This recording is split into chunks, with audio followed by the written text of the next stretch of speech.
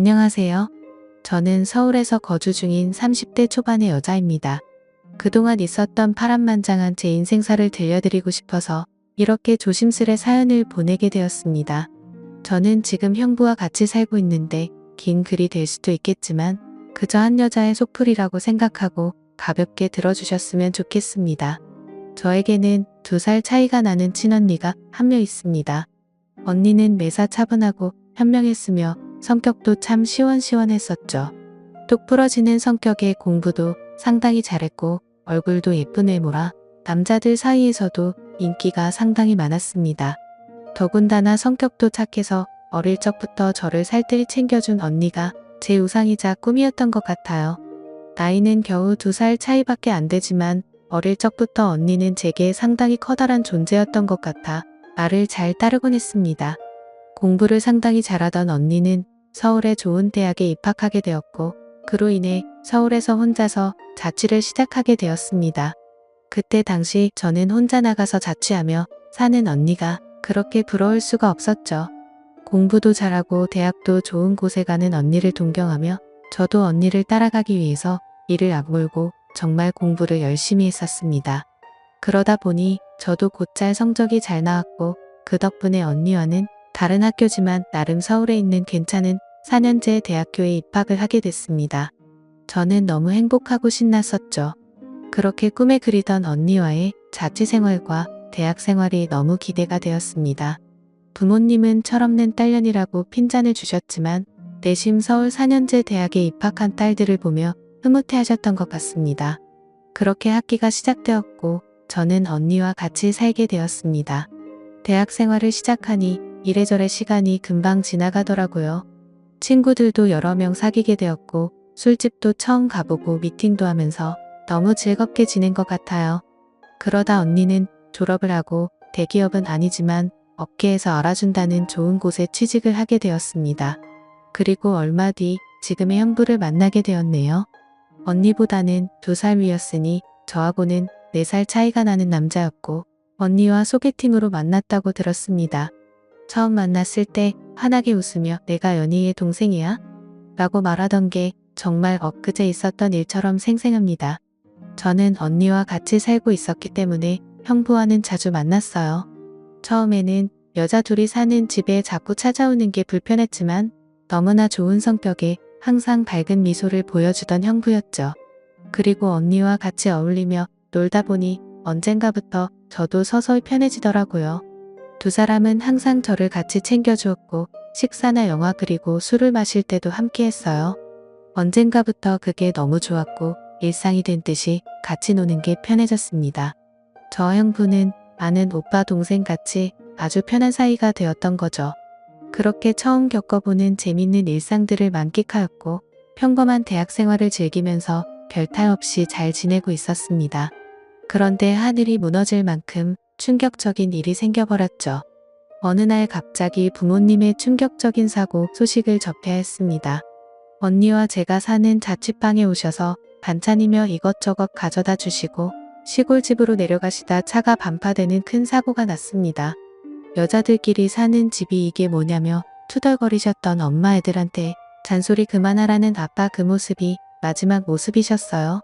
부모님 2분 다 그 사고로 인해 돌아가시게 되었습니다. 저희 자매는 너무나도 슬픈 그 현실을 어린 나이에 모두 받아들여야만 했습니다. 형부는 장례식장에서 언니의 남자친구라고 주변 분들에게 소개를 하였고 저희 부모님의 마지막 장지까지 함께 해주었습니다. 목 누워있다가 너무 힘들어 지치면 형부가 달래주었고 무엇이라도 먹으라며 밖에서 죽까지 사와서 저희들을 챙겨줬었죠. 형부에게 너무 고마웠고 그때부터 많이 의지가 되었던 것 같아요. 그렇게 부모님을 보내드리고 나니 저희는 졸지의 고아가 되어버린 거나 마찬가지인 상황이 되었습니다. 그렇게 힘든 시기에 겨우겨우 버티면서 대학 생활을 마치고 졸업을 하게 된 저에게도 어느 날 한 남자가 다가오게 되었습니다. 이 남자가 바로 제 전 남편입니다. 부모님이 돌아가시고 형부와 언니에게 많이 위로받고 기대면서 살았지만 그걸로 제 마음이 채워지기에는 부족했었나 봐요. 자상하게 다가와서 제 말을 잘 들어주던 그 남자와 연애를 하게 되었고 저는 자연스럽게 그 남자에게 제 삶을 기대고 많이 의지하게 되었었죠. 그러다 보니 집에 들어가지 않고 외박을 하는 횟수도 점점 늘게 되었고 안 그러던 제가 갑자기 그런 모습을 보이게 되자 언니와 형부에게 혼도 많이 났었습니다. 그러던 중 저는 그만 사고를 치고 말았습니다. 어리다면 어린 그 나이에 혼자 임신을 하게 되었던 거죠. 지금 생각해보면 정말 미친 짓이라 생각하고 있고 그 시간을 되돌리고 싶은 심정입니다. 물론 지금 제 인생 누구보다 소중한 제 딸아이가 없길 바란다는 뜻이 아니고 전 남편만 되돌리고 싶습니다. 하지만 그때 당시에는 그 남자를 많이 의지했고 사랑했었기에 미래가 행복할 거라 꿈꾸고 아이를 낳자고 마음먹었습니다. 그렇게 저희는 예정에 없었던 결혼을 급하게 하기로 한 거였죠. 그래서 저는 언니와 형부에게 이 사실을 알렸고 정신이 있는 거냐며 많이 혼났었던 것 같습니다. 잘 살 테니 걱정하지 말라고 얘기를 계속 해줬지만 그게 말처럼 쉽게 될 리 없다는 걸 잘 알고 있는 두 사람은 저를 많이 설득하려고 했죠. 하지만 뱃속에 제 아이가 있었기에 되돌릴 수 없다는 걸 모두가 알았고 결국 제 의견을 따라서 결혼을 진행하게 되었습니다. 그러나 상견례부터 참 쉽지 않더군요. 그날부터도 많은 일이 있었습니다. 언니와 형부가 상견례 자리에 나와주었고 어른은 없냐며 대놓고 무시하던 시내 그리고 그런 경험을 처음 하면서 괜찮은 척하며 땀을 뻘뻘 흘리면서 시댁의 비밀을 맞춰주던 형부 매사에 정확하고 똑부러지던 제 언니도 저를 위해 성격 죽이고 이리저리 무사히 상견례를 끝마쳤네요. 남사친구와 저는 어린 나이에 목돈이 없었기에 시댁에서 마련해 주신 15평 남직되는 빌라에서 아이를 출산하고 신혼생활을 시작하게 되었습니다. 그런데 제가 꿈꾸던 결혼 생활과는 정반대였습니다. 연애하던 시절에는 항상 저를 착하게 대해주던 남편은 결혼을 하고 난 뒤 마치 다른 사람처럼 180도로 바뀌었습니다. 잦은 음조와 외막 그리고 저에게 욕설까지도 서슴지 않았습니다. 처음에는 단순히 벌어지는 실수라 생각되어 넘어갔지만 그게 점점 도를 넘어서더니 어느 순간부터는 제게 몫을 짓까지 하더군요.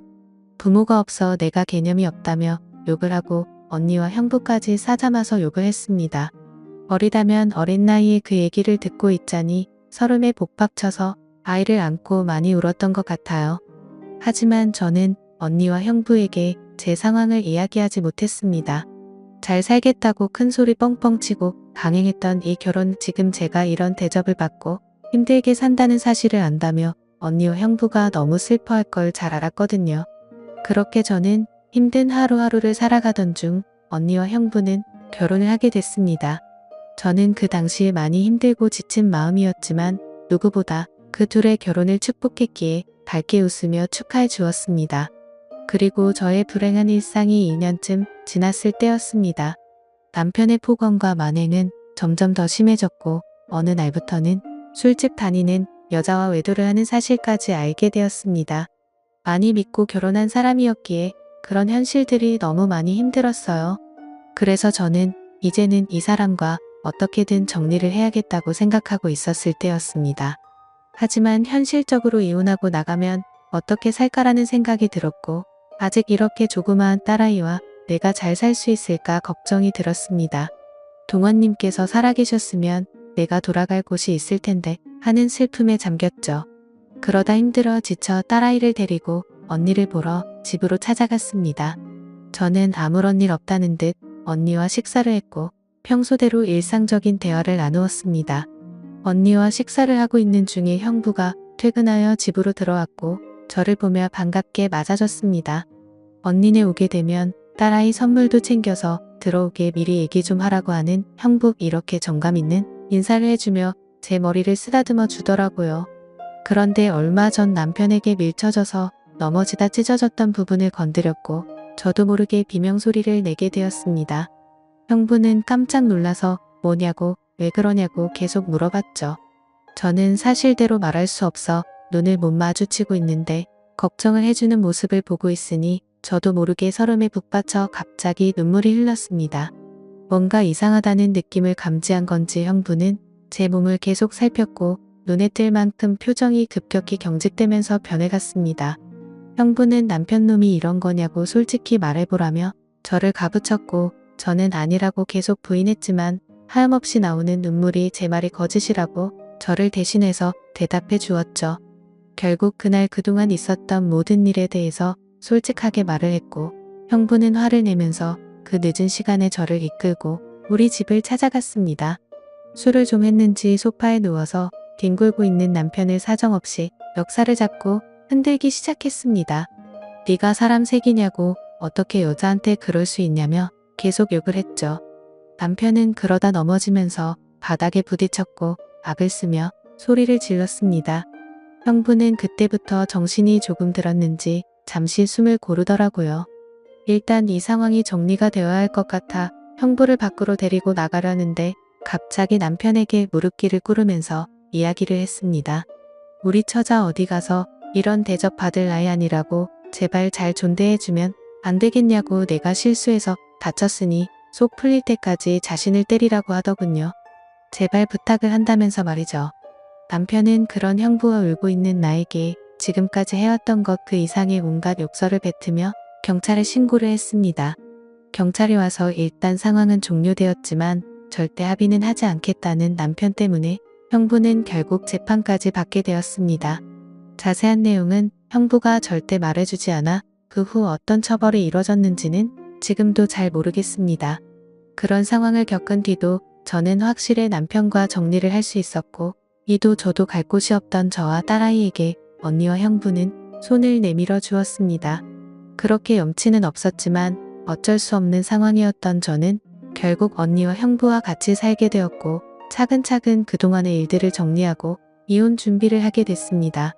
이혼 과정이 생각보다 참 복잡한 게 많더라고요. 저 때문에 속이 많이 상했던 형부는 저에게 걱정 말라며 많이 도와주었습니다. 너무 힘들었던 제게는 그때 형부와 언니에게 너무 고마웠어요. 그리고는 예전 처음 형부를 만났을 때처럼 저와 언니 그리고 형부 거기에 제 딸아이까지 나름 행복한 생활로 돌아올 수 있었습니다. 딸아이는 아주 어려서 그간의 일들을 전혀 인지하지 못합니다. 마냥 이 상황이 당연한 일상인 듯 해맑게 커가고 있었습니다. 어쩌면 다행이었죠. 이때쯤 아이가 3살이 되어 어린이집에 보낼 수 있었고 저도 작지만 경제활동을 할 수 있게 되었습니다. 전공을 살려 작은 디자인 업체 취직을 하게 되었어요. 이 회사가 프리랜서처럼 집에서도 일을 할 수 있었기에 아이를 키우는 저에게는 딱 알맞은 직장이었거든요. 급여는 그리 많지 않았지만 빨리 목돈을 모아서 이 집에서 독립하기 위해 악을 썼던 것 같습니다. 회사 몰래 아르바이트 짬짬이 해가면서 아이도 챙기고 일도 병행하는 그런 정신없이 바쁜 나날들을 보냈습니다. 그러다 어느 날 일어나지 말아야 할 충격적인 사건이 벌어졌습니다. 왜 저에게는 이런 시련들이 몇 번씩이나 이어졌는지 하늘이 원망스럽습니다. 어느 날 회사에서 디자인 회의를 하고 집으로 돌아왔는데 회사에 있어야 할 형부가 잔뜩 어지럽혀진 집안 식탁에 앉아 울고 있었어요. 식탁 위에는 마시던 소주들이 널브러져 있었고요. 너무 놀라서 이게 무슨 일이냐 물었지만 형부는 아무 말이 없더라고요. 그러다 식탁 위에 올려진 이혼 서류를 발견했고 그 서류에는 언니 이름이 적혀 있었습니다. 무슨 일이냐 물었습니다. 한참이 지난 뒤에 형부가 하는 말이 언니와 이혼하게 되었답니다. 언니는 집을 나갔다고 하더라고요. 갑자기 도대체 무슨 말인지 도저히 이해가 안 되었어요. 아무 문제 없이 행복하게 잘 지내고 있는 줄만 알았는데 갑자기 이혼이라니요. 계속 형부에게 물었지만 형부는 그냥 이혼할 거니 그렇게 알라고만 얘기했고 다른 이야기는 해주지 않았습니다. 일단 아이를 챙겨야 했기 때문에 대화는 그렇게 끝났고 바로 언니에게 전화했습니다. 언니는 아무 말도 하지 않았고 저는 무슨 일인지 일단 만나서 이야기하자고 언니를 다독였습니다. 언니와 만났고 이야기를 들었습니다. 언니는 정말 미안하고 몹쓸 짓인 걸 알지만 사랑하는 사람이 생겼다고 말하더군요. 이게 도대체 무슨 말인지 말도 안 나왔습니다. 제가 그렇게 좋아했던 뚝순이 언니가 형부가 아닌 사랑하는 사람이 생겼답니다. 너무 화가 났어요. 뭐라고 욕도 나오기 전에 언니의 뺨부터 때렸습니다. 도대체 이게 무슨 짓거리냐고. 형부가 우리한테 얼마나 잘해줬는데 그게 무슨 말이냐고. 내가 잘못 들은 거 맞다고 말하라고 소리를 질러댔습니다. 그런 언니는 그저 미안하답니다. 저를 끝까지 챙겨주지 못하고 무책임하게 떠나게 되어서 미안하다고 하더라고요. 너무나 황당하고 어이가 없어서 말도 제대로 안 나오더군요. 그렇게 저희들을 위해 잘해준 우리 형부가 너무 불쌍해서 저는 정신을 차리고 언니에게 이야기했습니다. 앞으로 너는 내 언니도 아니고 2번 다시 우리 앞에 나타나지 말라고. 내가 너 대신 형부를 끝까지 지켜줄 거니 꺼지라고 했습니다.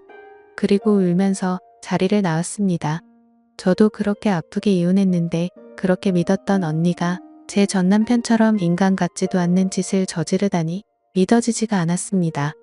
집으로 돌아온 저는 말없이 형부를 위로해 주었습니다. 사실 제가 할 수 있는 일이 크게 없었어요.